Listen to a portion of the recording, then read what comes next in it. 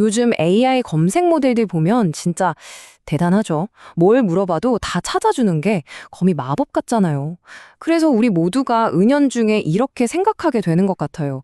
아, 모델이 크면 클수록 데이터가 많으면 많을수록 무조건 더 똑똑해지고 검색도 더 잘하겠지? 하고 말이죠. 그런데 말이죠. 만약 그게 전부가 아니라면 어떨까요?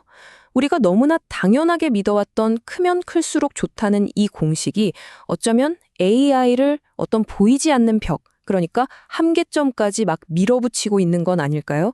오늘 이 질문에 대한 답을 한번 같이 파헤쳐 보려고 합니다. 이 모든 이야기의 시작은 구글 딥마인드에서 발표한 한 편의 아주 획기적인 논문에서부터 시작됩니다. 이 연구가 뭘 밝혀냈냐면요. AI의 검색 능력에 우리가 전혀 예상치 못했던 이론적인 한계, 말 그대로 숨겨진 벽이 떡하니 존재한다는 사실을 처음으로 세상에 알렸거든요. 네, 바로 이 연구가 오늘 우리가 깊게 들여다볼 내용의 핵심입니다. 세계 최고 수준의 연구진들이 AI 검색이 어떻게 작동하는지 그 가장 근본적인 원리를 파고든 거죠.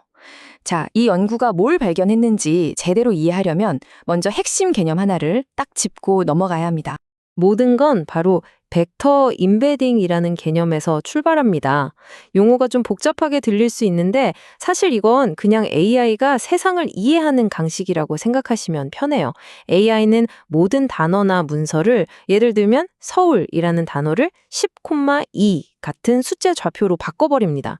이 가상의 공간에서 의미가 비슷한 서울이랑 도쿄는 서로 가깝게 점을 찍고 사과 같은 전혀 다른 단어는 아주 멀리 점을 찍는 거죠. 이게 바로 벡터 임베딩의 기본 아이디어입니다. 이 슬라이드에 나온 비유가 정말 기가 막히는데요. 이 벡터 공간을 하나의 거대한 책장이라고 한번 상상해 보세요. 만약 차원이 낮아서 선반이 딱 하나뿐이라면 책을 가나다순처럼 한 가지 방식으로밖에 정리를 못하겠죠. 하지만 차원이 높아져서 선반도 여러 개, 칸도 여러 개인 거대한 책장이 되면 어떨까요? 장르별, 작가별, 출판사별로 훨씬 더 복잡하고 정교하게 책을 분류하고 그룹으로 묶을 수 있게 됩니다. AI에게 차원이라는 건 바로 이런 표현력의 크기를 의미하는 거예요.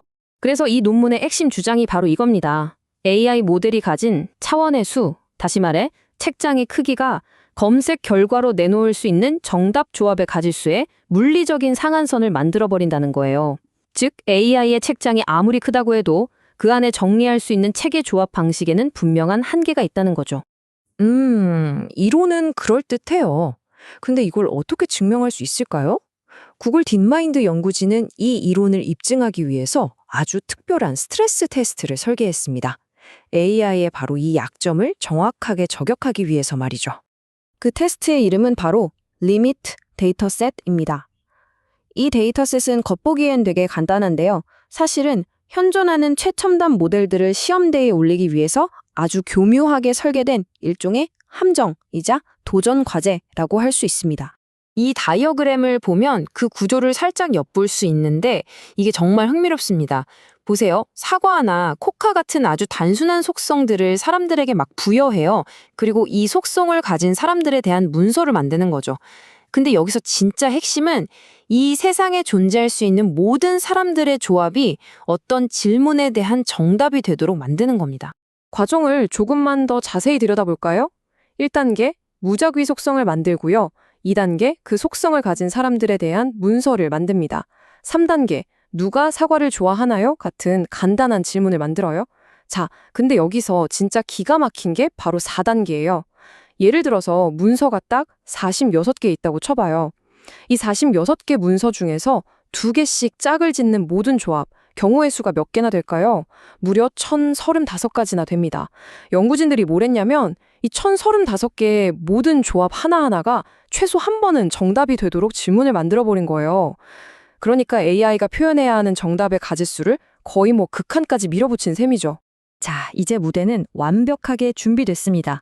세상에서 가장 똑똑하다고 알려진 AI 모델들은 이 단순하지만 치명적인 테스트 앞에서 과연 어떤 모습을 보였을까요?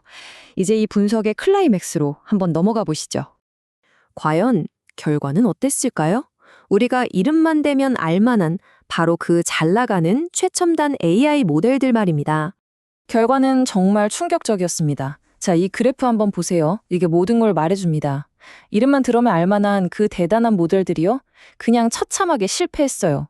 여기 리콜 에펙 점수가 20%도 안 된다는 게 무슨 뜻이냐면요. AI한테 관련 있는 문서 100개만 찾아와봐 라고 시켰을 때 진짜 정답인 문서 2개 중에 하나도 못 찾아온 경우가 80%가 넘었다는 소리예요. 이건 뭐 압도적인 실패라고밖에 할 말이 없죠. 물론 이 그래프를 보면 한 가지 경향은 확실히 보여요. 임베딩 차원, 그러니까 AI의 책장이 클수록 성능이 조금씩 나아지기는 합니다. 하지만 진짜 중요한 건 그 어떤 모델도 이 근본적인 한계의 벽을 넘지는 못했다는 바로 그 사실입니다. 여기서 이런 질문을 던져볼 수 있죠. 잠깐만요. 이거 그냥 AI가 한 번도 본 적 없는 좀 생소한 유형의 데이터라서 그런 거 아니에요? 기술적으로는 이걸 도메인 시프트 문제라고 하는데요. 아주 합리적인 의심입니다. 그리고 연구진들도 당연히 이 가능성을 확인해봤죠. 그리고 바로 이 그래프가 그 답을 보여줍니다. 연구진들은 리밋 데이터셋과 똑같은 방식으로 만든 훈련용 데이터로 모델을 다시 한번 학습시켜봤어요. 결과가 어땠을까요? 성능 향상이 거의 없었습니다. 이 문제는 낯선 데이터 때문이 아니라 모델의 구조 자체에 내재된 근본적인 한계라는 게 증명된 거죠. 근데 진짜 흥미로운 점은 아예 테스트 데이터 자체를 정답지로 주고 훈련시키니까 그제서야 모델이 정답을 통째로 암기해서 문제를 풀기 시작했다는 거예요. 이건 이 문제가 해결 불가능한 게 아니라 지금 우리가 쓰는 접근 방식으로는 풀 수 없다는 걸 아주 명확하게 보여주는 대목입니다. 자, 그렇다면 이 모든 발견이 우리에게 말해주는 건 대체 뭘까요? 이 연구 결과가 AI의 미래에 대해서 어떤 더 넓은 의미를 갖는지 지금부터 한번 살펴보겠습니다. 여기서 가장 중요한 점은 이 결과가 AI 검색은 끝났어, 쓸모없네, 이런 뜻이 절대 아니라는 겁니다. 오히려 이 연구는 우리에게 굉장히 중요한 이정표를 보여주고 있어요.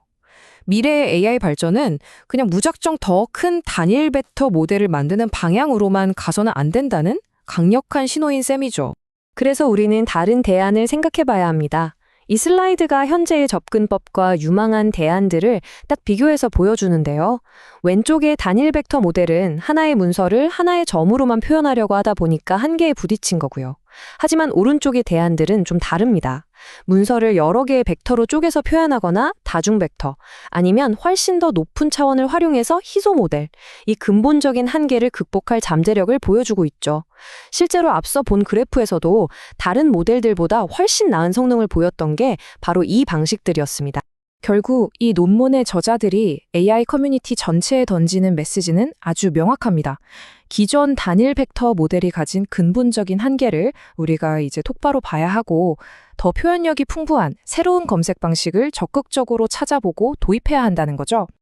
오늘 우리는 AI 검색의 그 엄청난 능력 뒤에 숨겨져 있던 아주 의외의 한계를 발견했습니다. 그리고 이 발견은 우리에게 중요한 질문에 남깁니다. 우리가 아직 발견하지 못한 AI의 또 다른 숨겨진 벽은 과연 무엇일까요? 그리고 그 벽을 넘어서기 위해서 우리는 어떤 새로운 생각을 해야 할까요?